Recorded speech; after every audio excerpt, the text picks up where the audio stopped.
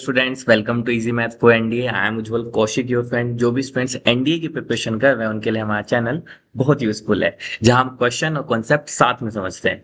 चलिए, आज का क्वेश्चन है, if A square plus B square plus C square equal to 0 then what is the value of the following determinant. ठीक है, तो सबसे पहले हमें कंडीशन गिवन है, कंडीशन पे ध्यान देते हैं। That is A square plus B square plus C square, this is given to us 0।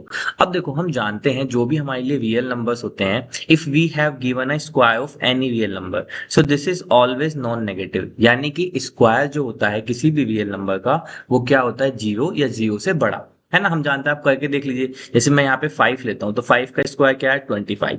इसी तरह से अगर मैं -5 भी लेता हूँ तो भी उसका स्क्वायर क्या आएगा, 25। यानी कि अगर हम नेगेटिव नंबर भी लेते हैं तो भी उसका जब स्क्वायर करते हैं तो वो पॉजिटिव आता है। और सिर्फ एक ही केस है जिस केस में एक्स स्क्वायर इक्वल टू 0 होगा, वो कब होगा, जब हमारा एक्स इक्वल टू 0 हो जाएगा।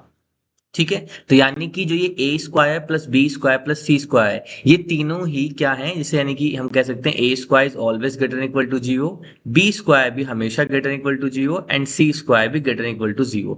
अब इन तीनों, अगर ये 0 से बड़े हैं और इन तीनों को ऐड करने पे 0 आ रहा है, तो यहां से सिर्फ एक ही पॉसिबिलिटी बचती है कि A square is 0 if and only if a is equal to 0। Same B square is equal to 0, कब 0 होगा ये, जब हमारा b इक्वल टू 0 होगा। इसी तरह से सी स्क्वायर कब 0 होगा, जब हमारा सी 0 होगा। यानी कि ए बी सी की वैल्यू यहाँ पे क्या है, 0 0 0। तो बस, अब क्वेश्चन खत्म हो गया। अब डिटर्मिनेंट क्या गिवन था हमें, 1। अब देखो cos c, अब मैं cos c की जगह 0 रखता हूं, तो अगर c 0 है तो cos c की वैल्यू कितनी होगी, यानी कि cos 0।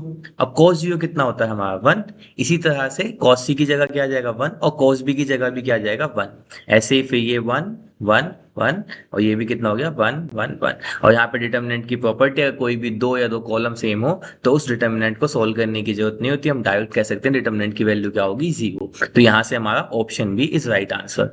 I hope you all are able to understand the video. If you still have any doubt, you can ask to me into the comment box. Thank you very much. Please subscribe the channel. Be happy.